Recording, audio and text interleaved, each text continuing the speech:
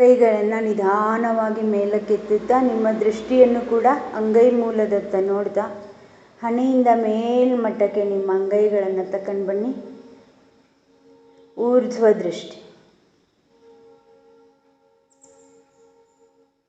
ಈ ಒಡಲು ಹಾಗೂ ಸುತ್ತುವರೆದ ಬದುಕು ಎಲ್ಲವೂ ಆ ಪರಮಚೇತನವು ನನ್ನ ಕಂಗಳ ಮುಂದೆ ಮೂರ್ತಿಗೊಳ್ಳಲೆಂದೇ ಮೀಸಲಾಗಿರುವುದು. ಹೀಗೆ ಶರಣಸತಿ ಭಾವದಿಂದ ಜೀವನವೇ ಸಂಕಲ್ಪವಾದವರಿಗೆ ಮತ್ತೊಂದು ಸಂಕಲ್ಪದ ಗೊಡವೆಯಿಲ್ಲ. ವಚನದಲ್ಲಿ ನಾಮಾಮೃತ ತುಂಬಿ ನಯನದಲ್ಲಿ ನಿಮ್ಮ ಮೂರುತಿ ತುಂಬಿ ಕಿವಿಯೊಳು ನಿಮ್ಮ ಕೀರುತಿ ತುಂಬಿ ಮನದಲ್ಲಿ ನಿಮ್ಮ ನೆನಹು ತುಂಬಿ ಕೂಡಲ ಸಂಗಮ ದೇವಾ ನಿಮ್ಮ ಚರಣ ಕಮಲದೊಳಗಾನು ತುಂಬಿ. ಶರಣು ಶರಣಾರ್ಥಿ. ಕೈಗಳನ್ನು ಉಜ್ಜಿ ಅಂಗೈ ಶಾಖವನ್ನು ಕಣ್ಣುಗಳ ಮೇಲೆ ಇರಿಸಿಕೊಳ್ಳಿ. ಅಂಗೈ ಬುಟ್ಟಿ ಥರ ಇರಬೇಕು. ಹೀಗೆ ಒಂದಕ್ಕೊಂದು ಅಡ್ಡಲಾಗಿ ಇರಿಸಿರಬೇಕು. ಕಣ್ಣುಗಳನ್ನು ಮೃದುವಾಗಿ ಮುಚ್ಚಿ ಆ ಮಂದ ಗತ್ತಲೆಯನ್ನು ವೀಕ್ಷಿಸಿ ನಿಧಾನವಾಗಿ ಎರಡು ಹುಬ್ಬುಗಳ ನಡುವೆ ಮಂದ ಪ್ರಕಾಶವನ್ನು ವೀಕ್ಷಿಸಿ ಕೋಲ್ಮಿಂಚು, ಸೆಳೆಮಿಂಚು ಇದೇನು ಕಂಡಿಲ್ಲ ಅಂದರೂ ಕೂಡ ಅದೇನಿದೆಯೋ ಅದನ್ನೇ ವೀಕ್ಷಿಸಿ. ಅದು ಹೇಳುತ್ತೆ ನಿಮ್ಮ ಮೇಲೆ ಪ್ರಕೃತಿಯ ಯಾವ ಗುಣದ ಪ್ರಭಾವವಿದೆ ಅನ್ನೋದನ್ನು ಹೇಳುತ್ತೆ. ತಮೋಗುಣದ ಪ್ರಭಾವವಿದ್ದರೆ ಗೊಂದಲ, ತಳಮಳ, ಕಸಿವಿಸಿ ಇರುತ್ತೆ ಅಲ್ಲಿ. ಆಮೇಲೆ ರಜೋಗುಣದ ಪ್ರಭಾವವಿದ್ದರೆ ಮಂದಗತ್ತಲು ಇರುತ್ತೆ. ಸತ್ವಗುಣದ ಪ್ರಭಾವವಿದ್ದರೆ ನಸು ಬೆಳಕು, ಕೋಲ್ಮಿಂಚು, ಕತ್ತಲೆಯಿಂದ ಬೆಳಕಿನೆಡೆಗೆ ಸಾಗುವ ಗುರುತತ್ವದ ಪ್ರವೇಶ ಅದೆಲ್ಲ ನಮ್ಮ ಅನುಭವಕ್ಕೆ ಬರೋದು ಈ ಎರಡು ಹುಬ್ಬುಗಳ ನಡುವೆ. ಅದು ಪರದೆ ಇದ್ದಂಗೆ. ಈಗ ಚಲನಚಿತ್ರದ ಕಿರಣಗಳು ಇಡೀ ಹಾಲ್ ತುಂಬ ಇದ್ದರೂ ಕೂಡ ಅದು ಪರದೆ ಮೇಲೆ ಕಾಣುತ್ತಲ್ವ. ಹಾಗೆ ಎರಡು ಹುಬ್ಬುಗಳ ನಡುವೆ ಅದು ಪರದೆಯ ರೀತಿ ಕೆಲಸ ಮಾಡುತ್ತೆ.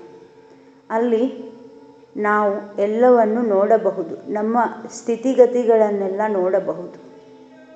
ನಿಧಾನವಾಗಿ ಈ ಸತ್ವರಜತಮ ಗುಣಗಳ ಯಾವ ಆರೋಪವೂ ಇಲ್ಲದೆ ನಾನು ಅದೆಲ್ಲಕ್ಕೂ ಸಾಕ್ಷಿ ಚೇತನವಾಗಿದ್ದೇನೆ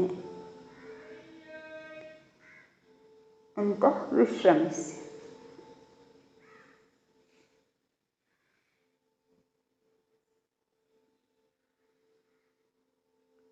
ನಿಮ್ಮ ದೇಹದ ಆಕಾರವನ್ನು ನಿಮ್ಮ ಮನಸ್ಸಿನಲ್ಲಿ ಬರೆದುಕೊಳ್ಳಿ. ನಾನು ಇಷ್ಟೇ ಇಲ್ಲ, ನಾನು ದೇಹ ಮಾತ್ರವೇ ಅಲ್ಲ. ಇದೇ ಗುರು. ತನು ಗುರು ಅರ್ಥಾತ್ ಇದಿಷ್ಟೇ ನಾನಲ್ಲ ಅಂದ್ಕೊಂಡ್ಬಿಟ್ರಾ ಅದು ಗುರು. ಅದಕ್ಕೆ ಅರಿವು ಅಂತ ಹೇಳೋದು. ಇದೇನು ಕಾಣ್ತಾ ಇದೆ ಇದಿಷ್ಟೇ ನಾನಲ್ಲ. ಹಾಗಾದರೆ ನಿಮ್ಮ ಮನಸ್ಸು ಅಲ್ಲಿ ನಿಲ್ಲೋದಿಲ್ಲ. ನಾನಲ್ಲ ಅನ್ನೋದ್ರ ಕಡೆ ನಿಲ್ತತೇನು? ನಿಲ್ತತಾ? ಮುಂದುವರಿಯೋಕ್ಕೆ ಒಂದು ಚೇತನ ಸಿಕ್ಕತ್ತಲ್ಲ, ಆ ಸಚೇತನ ಶಕ್ತಿಗೇನೆ ಅರಿವು ಅಂತ ಕರೀತಾರೆ. ಅಲ್ಲ ಅಂದ ತಕ್ಷಣ ಏನು ಇಲ್ಲ ಐತೇನು ಇದು ದೇಹ? ಅಲ್ಲ ಅಂದ ತಕ್ಷಣ ಎಲ್ಲೋ ಬಿಟ್ಟೋಗ್ಬಿಡತ್ತೆ ಅಂತೇನು ಇಲ್ವಲ್ಲ. ಇನ್ನೂ ಚೆನ್ನಾಗಿ ಅದ್ರ ಜೊತೆಗೆ ನಾವು ಇರಬಹುದು. ಅದು ಮಾಯ ಆಗೋದಿಲ್ಲ. ಇದೆ ಅಂತ ವ್ಯವಹಾರ ಮಾಡುವಾಗ ಮಾಯ ಆಗುತ್ತೆ. ಇದು ನಾನಲ್ಲ ಅಂತ ಅಂದ್ಕೊಂಡು ಅದ್ರ ಜೊತೆಗಿರುವಾಗ ಅದು ನನಗೆ ಉಪಕರಣವಾಗುತ್ತದೆ. ಶರಣರು ಮಾಯೆಯನ್ನು ಉಪಕರಣ, ಪರಮತತ್ವವನ್ನು ಅಭಿವ್ಯಕ್ತಗೊಳಿಸ್ಕೊಳ್ಳೋದಕ್ಕೆ ಉಪಕರಣವಾಗಿಸಿಕೊಂಡನು. ಅತಿಗಳೆಯಲಿಲ್ಲ. ದೇಹವನ್ನು ಅತಿಗಳೆಯಲಿಲ್ಲ. ನಾನು ಅಲ್ಲ ಅಂತ ಹೇಳಿದ್ರು ಬಿಟ್ಟರೆ ಅದನ್ನು ಇಲ್ಲ ಮಾಡೋಕ್ಕೆ ಹೋಗಿಲ್ಲ. ಇದು ಇಲ್ಲಿ ಸೂಕ್ಷ್ಮ, ಶರಣ ಸಂಸ್ಕೃತಿಯ ಸೂಕ್ಷ್ಮ. ಈಗ ಪ್ರಾಣಪೀಠ ಮುದ್ರೆ. 2 ಕೈಗಳನ್ನು ಉಸಿರು ತೆಗೆದುಕೊಳ್ಳುತ್ತಾ ಆಕಾಶ ನಮನ. ನಿಧಾನವಾಗಿ ಉಸಿರು ಬಿಡುತ್ತಾ, ಎಷ್ಟು ನಿಧಾನವೋ ಅಷ್ಟು ನಿಧಾನ ಮಾಡಿ. ಭೂ ನಮನ.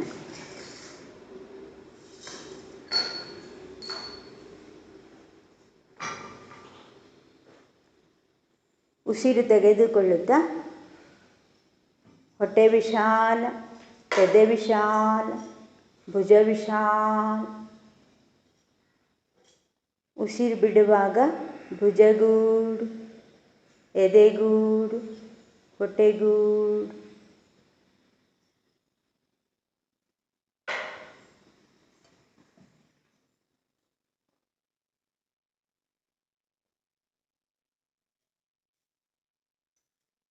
ಆಕಾಶಕ್ಕೆ ಚಾಚಬೇಕು, ಕೈ ಪೂರ್ಣ ಚಾಚಬೇಕು, ವಿಶಾಲವಾಗಿ ಕೈಗಳನ್ನು.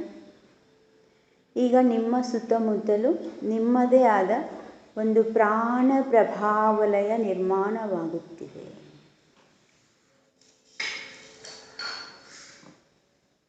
ಅದು ನಿಮ್ಮ ದೇಹದ ಆಕಾರದಲ್ಲಿಯೇ ಇದೆ.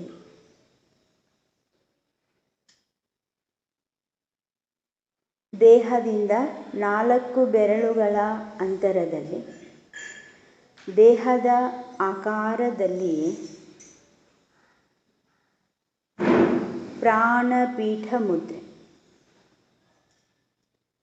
ಪ್ರಾಣ ಪ್ರಭಾವಲಯ. ಈಶ್ವರ ಲಿಂಗುವಿನ ಆಕಾರದಲ್ಲಿ, ಪಂಚಸೂತ್ರದ ಲಿಂಗದ ಆಕಾರದಲ್ಲಿ.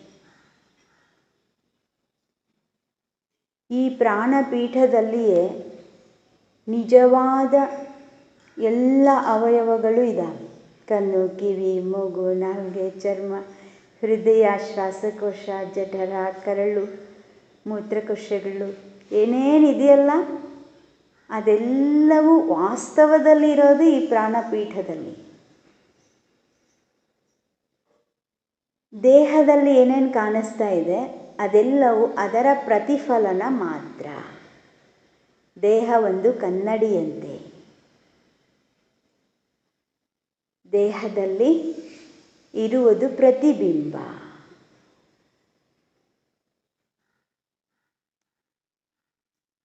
ಎರಡು ಕೈಗಳನ್ನು ಎದೆ ಹತ್ರ ತಕೊಂಡು ಬನ್ನಿ. ಪ್ರಾಣಪೀಠ ಮುದ್ರೆಯನ್ನು ಭಾವಿಸಿ. ಜಗದಗಲ, ಮುಗಿಲಗಲ, ಮಿಗೆಯಗಲ, ನಿಮ್ಮಗಲ, ಪಾತಾಳದಿಂದತ್ತ ನಿಮ್ಮ ಶ್ರೀಚರಣ, ಬ್ರಹ್ಮಾಂಡದಿಂದತ್ತ ನಿಮ್ಮ ಶ್ರೀಮುಕುಟ, ಅಗಮ್ಯ, ಅಗೋಚರ, ಅಪ್ರತಿಮ ಲಿಂಗವೇ ಎನ್ನ ಕರಸ್ಥಲಕ್ಕೆ ಬಂದು ಚುಳುಕಾದಿರಯ್ಯ. ಈಗ 2 ಕೈಗಳನ್ನು ಊರ್ಧ್ವ ಸ್ಥಿತಿಗೆ ತಕ್ಕಬನ್ನಿ. ಇದೇ ಸ್ಥಿತಿಯಲ್ಲಿ 11 ಬಾರಿ ಉಸಿರಾಡಿಸುವುದು. ಉಸಿರು ತೆಗೆದುಕೊಳ್ಳುತ್ತಾ ಗುದದ್ವಾರವನ್ನು ಒಳಮುಖವಾಗಿ ಎಳೆದುಕೊಳ್ಳುವುದು. ಉಸಿರು ಬಿಡುತ್ತಾ ಗುದದ್ವಾರವನ್ನು ಸಡಿಲಿಸುವುದು.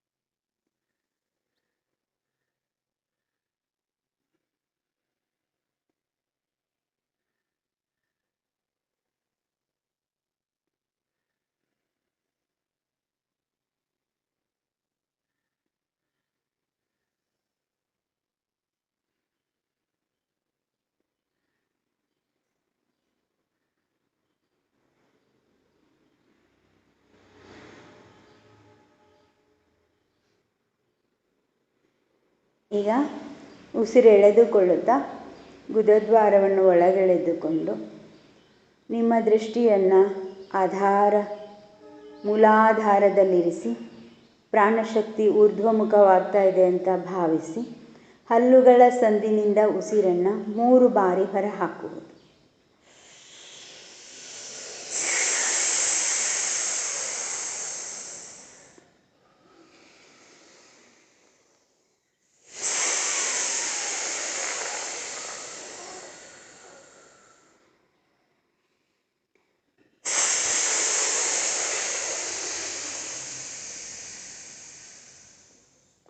ಈಗ ನಿಧಾನವಾಗಿ ನಿಮ್ಮ ಕೈಗಳನ್ನು ಕೆಳಗೆ ತೆಗೆದುಕೊಂಡು ಬರುವಾಗ ನಿಮ್ಮ ದೇಹದ ಸುತ್ತಲೂ ಪ್ರಾಣಪೀಠಿಕೆ, ಆ ಪ್ರಾಣಪೀಠಿಕೆಯ ಸುತ್ತಲೂ ಲಿಂಗಕಾಂತಿ, ಲಿಂಗ ಪ್ರಭಾವಲಯ ಒಂದು ಸುತ್ತುವರೆದಿರುವುದನ್ನು ಗೊತ್ತು ಮಾಡಿಕೊಳ್ಳಿ.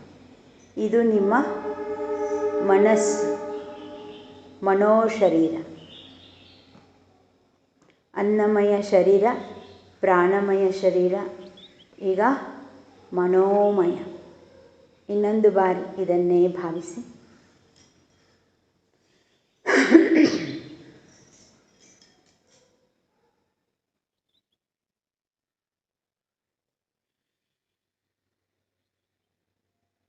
ಹೀಗೆ ಪ್ರಭಾಕಾಯ ಮುದ್ರೆ ಅಥವಾ ಲಿಂಗಕಾಂತಿ, ಇದಿಷ್ಟು ನಮ್ಮೊಳಗೆ ಇದೆ ಅಂತ ಅರಿವಿಗೆ ಬಂತಲ್ವ? ಅರಿವಿಗೆ ಬಂತಲ್ವ? ಇಲ್ಲಿ ಒಂದು ಪ್ರಶ್ನೆ ಬರ್ತಾ ಇದೆ. ಹಾಂ, ನಾವು ಕೈಗಳನ್ನು ಮೇಲೆ ಒಯ್ತಾ ಇರ್ತೀವಿ, ಪ್ರಾಣಪೀಠಿಗೆ ಸಿದ್ಧ ಆಗ್ತದೆ ಅಂತ ಭಾವನೆ ಮಾಡ್ತಾ ಇರ್ತೀವಿ. ಭಾವನೆ ಮಾಡುವ ತಾವು ಹೇಳಿದ್ದು 4 ಇಂಚು ಪೀಠಿಕೆ ಇರಬೇಕು ಅಂತ. 4 ಇಂಚು ನಾವು ಭಾವನೆ ಮಾಡ್ತಾ ಇರ್ತೀವಿ, 4 ಇಂಚು ಪ್ರಾಣಪೀಠಿಕೆ ಇದೆ ಅಂತ ಮಾಡ್ತಾ ಇರ್ತೀವಿ. ಜೊತೆಗೆ ಇನ್ನೊಂದು ಪ್ರಭಾಕಾಯ ಅನ್ನೋದು ಈ ಕೈ ಅಗಲ ಇರ್ತಕ್ಕಂಥದ್ದು, ನಮ್ಮ ದೇಹದಿಂದ ಮಾಡಿ ಮುಂದೆ ಇರ್ತಕ್ಕಂಥದ್ದು, ಅದು ಲಿಂಗ ಇದೆ. ಪ್ರಾಣಪೀಠಿಗೆ 4 ಇಂಚು ಇರುತ್ತೆ. ಈ 4 ಇಂಚು ಕೈ ಹೀಗೆ ಮಾಡ್ತಾ ಇದೆ, 4 ಇಂಚು ಇದೆ ಅನ್ನೋದು ಭಾವನೆ. ಈ ಕೈ ಮಾಡ್ತಾ ಇರ್ತೀವಿ, ಪೀಠಿಕೆ ಹೀಗಿದೆ ಅನ್ನೋದಕ್ಕೆ ನಮಗೆ ಏನಾಗುತ್ತೆ ಅಂದರೆ ಸ್ವಲ್ಪ ಕನ್ಫ್ಯೂಷನ್. ಇಲ್ಲ, ಅದು ಆ್ಯಕ್ಚುಲಿ ಇದು ಕೈ ಮಾಡ್ತಾ ಇರೋದು ಇಂಡಿಕೇಟ್ರ್. ಇದು ಅಂದರೆ ಹೊಟ್ಟೆ ವಿಶಾಲ, ಎದೆ ವಿಶಾಲ, ಭುಜ ವಿಶಾಲ, ಇಂಡಿಕೇಟ್ರ್ ಅಷ್ಟೇ. ಹೀಗೆ ಬರುವಾಗ ಇದು ಲಿಂಗಕಾಂತಿಯ ಇಂಡಿಕೇಟ್ರ್. ಈಗ ಕೆಳಗೆ ಮೇಲೆ ಯಾಕೆ ಮಾಡಬೇಕು ಅಂದರೆ, ಒಂದೇ ಸಲ ಮೇಲೆ ಕೈ ಹಿಡಿದು ನಮಗೆ ಹೊಟ್ಟೆ ವಿಶಾಲ, ಎದೆ ವಿಶಾಲ, ಭುಜ ವಿಶಾಲ, ಉಸಿರು ಬಿಡಬೇಕಾದ್ರೆ ಭುಜಗೂಡು, ಎದೆಗೂಡು, ಹೊಟ್ಟೆಗೂಡು ಇದು ನಮಗೆ ಆಗಲಿಕ್ಕಿಲ್ಲ, ಒಂದೇ ಸಲಕ್ಕೆ ಆಗಲಿಕ್ಕಿಲ್ಲ ಅನ್ನೋದಕ್ಕೆ ಇಂಡಿಕೇಟ್ರ್ ಆಗಿ ಕೈನ ಬಳಸ್ತೀವಿ. ಕೆಳಗೆ ಮೇಲೆ ಆ್ಯಕ್ಚುಲಿ ಮೇಲೆ ಹಿಡ್ಕೊಂಡೇ ಉಸಿರಾಡಿಸ್ಬೇಕು. ನಾವು ಇದು ಯಾಕೆ ಮಾಡ್ತಾ ಇದ್ದೀವಿ ಅಂದರೆ, ನಿಮಗೆ ಹೀಗೆ ಎತ್ತುವಾಗ ಹೊಟ್ಟೆ ವಿಶಾಲ, ಇನ್ನು ಸ್ವಲ್ಪ ಮೇಲೆ ಎತ್ತಿದಾಗ ಎದೆ ವಿಶಾಲ, ಇನ್ನು ಸ್ವಲ್ಪ ಮೇಲೆ ಎತ್ತಿದಾಗ ಭುಜ ವಿಶಾಲ, ಹೀಗೆ ಬಿಡುವಾಗ ಭುಜಗೂಡು, ಎದೆಗೂಡು, ಹೊಟ್ಟೆಗೂಡು ಇಂಡಿಕೇಟ್ರ್ ಅಂತ ಬಳಸ್ತಾ ಇದ್ದೀವಿ ಅಷ್ಟೇ. ಅದು ಆ್ಯಕ್ಚುಲಿ ನಾವು ಏನು ಮಾಡ್ತಿರ್ತೀವಿ, ಪೂರ್ಣ ಉಸಿರಾಟ ಮಾಡ್ತಿರೋದಿಲ್ಲ. ಆವಾಗ ಬರೀ ಮೇಲ್ಮೇಲೆ ಉಸಿರಾಡಿಸ್ತಿರ್ತೀವಲ್ಲ, ಆವಾಗ ನಮ್ಮ ಪ್ರಾಣಪೀಠಿಕೆ ಇರೋದಿಲ್ಲ, ಅದು ಸೊರಗಿರ್ತತೆ, ಕೊರಗಿರ್ತತೆ, ಅಂದರೆ ಕಮರ್ಕೊಂಡಿರ್ತತೆ. ಈಗ ನಾವು ಪೂರ್ಣ ಮೊದಲು ಊರ್ಧ್ವಗತಿ ಕೊಟ್ಟು ಅದನ್ನು ವಿಶಾಲ ಗತಿ ಕೊಟ್ಟಾಗ ಏನಾಗ್ತದೆ ಅಂದರೆ, ಅದು ಮ್ಯಾನಿಫೆಸ್ಟ್ ಆಗ್ತದೆ, ಒಳಗಿರ್ತತೆ. ಆದರೆ ಅದು ವ್ಯಕ್ತ ಆಗಬೇಕು ಅಂದರೆ ಈ ರೀತಿಯ ಉಸಿರಾಟ ಬೇಕು ಅಂತ ಹೇಳೋದು. ಆಮೇಲೆ ನಾವು ಕಾಯಕಲ್ಪ ಮಾಡ್ತೀವಲ್ಲ ಗುದದ್ವಾರ ಒಳಗೆ, ಅಲ್ಲೇನಾಗತ್ತೆ ಅಂತಂದರೆ, ನಾನು ಹೊರಗಿನಿಂದ ಒಳಗೆ ತಗೋತಾ ಇದ್ದೀನಿ, ಒಳಗಿನಿಂದ ಹೊರಗೆ ಬಿಡ್ತಾ ಇದ್ದೀನಿ ಅನ್ನೋ ಪ್ರಜ್ಞೆ ಹೋಗಿಬಿಟ್ಟು ನನ್ನ ಬೆನ್ಮೂಳೆನಿಂದ ಉಸಿರು ಶುರುವಾಗತ್ತೆ. ಯಾವಾಗ ನಾವು ಗುದದ್ವಾರ ಒಳಗೆ ಎಳ್ಕೊಳ್ಳೋದು ಬಿಡೋದು ಮಾಡ್ತೀವಲ್ಲ, ಆವಾಗ ಮೂಗಿನಿಂದ ಉಸಿರಾಟ ಮಾಡ್ತೀನಿ ಅನ್ನೋ ಕಲ್ಪನೆ. ಹೇಗೆ ಮಗು ತಾಯಿ ಹೊಟ್ಟೆನಲ್ಲಿರುವಾಗ ಮೂಗಿಂದ ಉಸಿರಾಡಿಸ್ತಿರೋದಿಲ್ವಲ್ಲ, ಹಾಗೆ ಇಲ್ಲೂ ಕೂಡ ಅನಂತವಾದ ಅಸ್ತಿತ್ವದ ಗರ್ಭಸ್ಥ ಶಿಶುವಾಗಿ ಲಿಂಗದ ಒಳಗಾಗಿರೋದ್ರಿಂದ ನಮ್ಮ ಉಸಿರಾಟ ಬೆನ್ಮೂಳೆನಿಂದ ನಡೀತಾ ಇದೆ ಅನ್ನೋವಾಗ ಹೊರಗಡೆ ಹೋಗ್ತಾ ಇದೆ, ಹೊರಗಡೆಯಿಂದ ಒಳಗೆ ಬರ್ತಾ ಇದೆ ಅನ್ನೋ ಪ್ರಜ್ಞೆ ಉಳಿಯೋದಿಲ್ಲ. ಅದು ಹಾಗೆ ಆಗಬೇಕು. ನೀವು ಕನಿಷ್ಠ ಒಂದು 3 ತಿಂಗಳು 6 ತಿಂಗಳು ಹಾಗೆ ಸಾಧನೆ ಮಾಡ್ತಾ ಹೋದರೆ ಅದು ಅನುಭವಕ್ಕೆ ಬರುತ್ತೆ. ಆವಾಗ ಏನಾಗತ್ತಂದರೆ ಆ ಪ್ರಭಾವಲಯ, ಆ ಪ್ರಾಣಪೀಠಿಕೆ ಮಾತ್ರ ಉಳಿಯೋದಿಲ್ಲ, ಹೇಗೆ ಜ್ಯೋತಿ ಹೊತ್ಕೊಂಡಾಗ ಅದಕ್ಕೆ ಪ್ರಕಾಶ ಇರುತ್ತೆ ನೋಡಿ, ಪ್ರಭಾವಲಯ. ಹಾಗೆ ಈ ಪ್ರಾಣಪೀಠಿಕೆ ಅನ್ನೋದೇ ಲಿಂಗ, ಲಿಂಗ. ಆದರೆ ಅದರ ಪ್ರಭಾವಲಯ ಇದೆಯಲ್ಲ, ಅದು ಲಿಂಗಕಾಂತಿ ಅಂತ, ಲಿಂಗಕಾಂತಿ ಅಂತ. ಅದು ಪರಮ ಆತ್ಮ ಅಂತ, ಆತ್ಮ ಪರಮಾತ್ಮ. ಇದು ಜೀವ ಆತ್ಮ. ಪ್ರಾಣಪೀಠಿಕೆ ಇದು ಜೀವ ಆತ್ಮ. ಈ ಪ್ರಭಾವಲಯ ಇದೆಯಲ್ಲ ಅದು ಪರಮ ಆತ್ಮ ಅಂತ. ಅವೆರಡೂ ಕೂಡ ಒಂದಕ್ಕೊಂದು ಅಭಿಮುಖವಾಗಿಯೇ ಇದ್ದಾವೆ, ಯಾವತ್ತೂ ಅವು ಬೇರೆಯಾಗಿಲ್ಲ. ಇದರ ಪ್ರಕಾಶ ಅದಕ್ಕಿದೆ, ಅದರ ಪ್ರಕಾಶ ಇದಕ್ಕಿದೆ. ಹೌದಾ? ಒಂದಕ್ಕೊಂದು ಅನ್ಯೋನ್ಯವಾಗಿದ್ದಾವೆ, ಅವಲಂಬಿತ ಇಲ್ಲ, ಒಂದಕ್ಕೊಂದು ಅವಲಂಬಿತ ಇಲ್ಲ. ಒಂದೇ ಆಗಿದ್ದು ಎರಡಾಗಿ ಲೀಲೆಗೊಂಡಿದ್ದಾವೆ. ಆದರೆ ನಾವು ಯಾವಾಗ ಅದಕ್ಕೆ ವಿಮುಖ ಆಗ್ತೀವಿ ಆವಾಗ ನಾಮರೂಪಾತ್ಮಕ ಜಗತ್ತು, ಜೀವದ ಜಂಜಡ, ಮಾಯೆಯ ಆಟ, ಹಲವು ದೈವಗಳು, ಹಲವು ಲೋಕಗಳು, ಇದೆಲ್ಲ ನನಗೆ ಕಾಣಿಸ್ತದೆ. ಮತ್ತು ನಾನು ಭಯಭೀತನಾಗ್ತೇನೆ. ಯಾಕೆಂದರೆ ನನಗೆ ಗೊತ್ತಿರಲ್ಲ ಇದು ಹೊರಗಿದೆ ಅಂತ ಅಂದ್ಕೊಂಡ ತಕ್ಷಣ ಭಯಭೀತನಾಗ್ತೇನೆ. ನನ್ನ ಒಳಗಿನಿಂದ ಬಂದಿದೆ ಅನ್ನೋದು ಲಿಂಗಕ್ಕೆ ಮಾತ್ರ ಪ್ರಜ್ಞೆ ಇರುತ್ತೆ, ಜೀವಿಗಳಿಗೆ ಇರೋದಿಲ್ಲ. ಅದಕ್ಕೆ ನಾನು ಹುಟ್ತೀನಿ, ಸಾಯ್ತೀನಿ, ಲಿಂಗವ ಮರೆದೆನಾಗಿ, ಜಂಗಮವ ಜರಿದೆನಾಗಿ, ಭವಬಂಧನ ಭವಪಾಶವಾದ ಕಾರಣವೇನಯ್ಯ. ಅಂದರೆ ನನ್ನೊಳಗೆ ಲಿಂಗವಿದೆ, ನಾನು ಸ್ವಯಲಿಂಗವಾಗಿದ್ದೇನೆ ಅನ್ನುವ ಒಂದು ಅರಿವು ಇಲ್ಲ. ಅಥವಾ ಯಾರು ಹೇಳ್ತಿದ್ದಾರೆ ಜಂಗಮ, ಜ್ಞಾನವುಳ್ಳವರು ನಮಗೆ ಹೇಳ್ತಾ ಇದ್ದರೂ ಕೂಡ ನಾನು ಅದನ್ನೇನು ಮಾಡ್ತೀನಿ, ಉದಾಸೀನ ಮಾಡ್ತೀನಿ, ಜರಿತೀನಿ. ಅದೆಲ್ಲ ಅಲ್ಲ, ಇದೇ ಸತ್ಯ ಅಂತ ಅಂದ್ಕೊಳ್ತೀನಿ. ಅಮ್ಮ ಅಪ್ಪ ಮಕ್ಕಳು ಮನೆ ಇದೇ ಸತ್ಯ ಅಂತ ಅಂದ್ಕೊಳ್ತೀನಿ. ಆದರೆ ಜಂಗಮ ಏನು ಹೇಳ್ತೈತೆ, ತಂದೆ ನೀನು, ತಾಯಿ ನೀನು, ಬಂಧು ನೀನು, ನೀನಲ್ಲದೆ ಬೇರೆ ಯಾರೂ ಇಲ್ಲವಯ್ಯ ಅಂತ ಬಸವನ ಹೇಳ್ತಾರೆ. ನಾವು ಅಪ್ಪನೇ ಸತ್ಯ, ಅಮ್ಮನೇ ಸತ್ಯ, ಮನೆಯೇ ಸತ್ಯ, ಮಕ್ಕಳೇ 24 ಗಂಟೆ ದುಡಿದ್ರೂ ಸಾಲದು, ನನಗೆ ಇಷ್ಟು ವಯಸ್ಸು ಸಾಲದು, ಇನ್ನೂ ಸ್ವಲ್ಪ ಇನ್ನೊಂದು 10 ವರ್ಷ ಬೇಕು, ನನ್ನ ಮನೆ ಮೇಲಿನ ಮಾಡಿ ಕಟ್ಟಿ ಆಮೇಲೆ ಹೋಗಬೇಕು ಅಂತ ಯೋಚನೆ ಮಾಡ್ತೀವಿ. ಅಂದರೆ ಜಂಗಮವ ಜರಿದ ಹಾಗೆ, ಅದಕ್ಕೆ ಬಂಧನ ಪಾಶಕ್ಕೆ ಒಳಗಾಗ್ತಿರ್ತೇನೆ. ಯಾವಾಗ ನನ್ನ ಜೀವ ಅದು ಪರಮಾತ್ಮನ ಕಡೆ ಮುಖ ಮಾಡುತ್ತೋ ಅಲ್ಲಿ ಲೀಲೆಗೊಳ್ಳೋದಕ್ಕೆ ಶುರುವಾಗುತ್ತೆ, ಲಿಂಗ ಲೀಲೆ. ಅಲ್ಲಿ ಎಲ್ಲವೂ ಒಳಗೆ, ಎಲ್ಲವೂ ನೆರಳಿನಂತೆ. ಪ್ರಕಾಶದ ಕಡೆಗೆ ಮುಖ ಮಾಡಿದಾಗ ಹೇಗೆ ನೆರಳು ನನ್ನ ಹಿಂದಿರುತ್ತೆ ನೋಡಿ, ಅದ್ರ ಗೊಡವೆ ನನಗಿರೋದಿಲ್ಲ. ಹಾಗೆ ಎಲ್ಲವೂ ಕೂಡ ಪ್ರಪಂಚದ ವಿಸ್ತಾರವೆಲ್ಲವೂ ನೆರಳಿನಂತೆ ನನ್ನನ್ನು ಅನುಸರಿಸಿಕೊಂಡು ಬರುತ್ತದೆ ಅಂತ. ನಿಮ್ಮ ಪ್ರಶ್ನೆ ಸ್ವಲ್ಪ ಜಾಸ್ತಿನೇ ವಿವರಣೆ ಕೊಟ್ಟೆ ಅಂತ. ನೀವು ಇಲ್ಲಿ ನೋಡಿ, ಅಲ್ಲಿ ನೋಡಬೇಡಿ, ಇಲ್ಲಿ ನೋಡ್ಕೊಳ್ಳಿ. ಇದು ವಿಶಾಲ, ಇದು ವಿಶಾಲ ಅಂತ ಅಂದ್ಕೊಳ್ಳಿ. ಹಾಗೆ ಅಂದ್ಕೊಳ್ಳೋಕ್ಕೆ ಅದಿರೋದು ಅಷ್ಟೇ. ಇಲ್ಲ ಅಂದರೆ ನೀವು ಬೇರೆ ಹೀಗೆ ಮಾಡ್ಬೋದು. ಇದು ವಿಶಾಲ, ಹೀಗೆ ಉಸಿರಾಡಿಸಿ. ನಿಮಗೆ ಅದು ಬೇಡ ಅನಿಸಿದ್ರೆ ಹೀಗೆ ಉಸಿರಾಡಿಸಿ. ಉಸಿರು ಬಿಡುವುದು, ತೆಗೆದುಕೊಳ್ಳುವುದು, ಇದನ್ನು ಮಾಡ್ಬೋದು. ಅದು ಬೇಡ ಅಂದರೆ ಉಸಿರು ಬಿಡುವಾಗ ಭುಜಗೂಡು, ಎದೆಗೂಡು, ಹೊಟ್ಟೆಗೂಡು. ಉಸಿರು ತೆಗೆದುಕೊಳ್ಳುವಾಗ ಹೊಟ್ಟೆ ವಿಶಾಲ, ಎದೆ ವಿಶಾಲ, ಭುಜ ವಿಶಾಲ. ಹೀಗೆ ಮಾಡಿಕೊಂಡು ನೀವು ಆಮೇಲೆ ಕಾಯಕಲ್ಪ ಚಿಕಿತ್ಸೆಯನ್ನು ಮಾಡಿಕೊಂಡು ಲಿಂಗ ಪ್ರಭೆಯನ್ನು ಕಲ್ಪಿಸಿಕೊಳ್ಬೋದು. ಒಟ್ಟಿನಲ್ಲಿ ಪ್ರಾಣಪೀಠಿಕೆ ಮತ್ತು ಲಿಂಗಕಾಂತಿ ಒಂದು ಪರಿಕಲ್ಪನೆ. ಸರಿ, ಪ್ರಾಣಪೀಠಿಕೆ ಹೀಗೆ ಮಾಡೋಣ, ಲಿಂಗಕಾಂತಿಯನ್ನು ಹೀಗೆ ಮಾಡೋಣ. ಸಂತೋಷ. ಹಾಂ, ಈಗ ಇದೆಲ್ಲ ಹೊಟ್ಟೆನಲ್ಲಿರೋ ಕೂಸಿದ್ದಂಗೆ, ಅದನ್ನು ಮುದ್ದಾಡಕ್ಕೆ ಬರಲ್ಲ. ಹೌದಾ? ನನ್ನ ಸುತ್ತಲೂ ಪ್ರಾಣಪೀಠಿಕೆ ಇದೆ, ಲಿಂಗ ಪ್ರಭಾವಲಯ ಸುತ್ತುವರೆದಿದೆ, ಎಲ್ಲವೂ ಲಿಂಗದೊಳಗಿದೆ, ಜಗತ್ತೆಲ್ಲವೂ ಲಿಂಗದೊಳಗಿದೆ.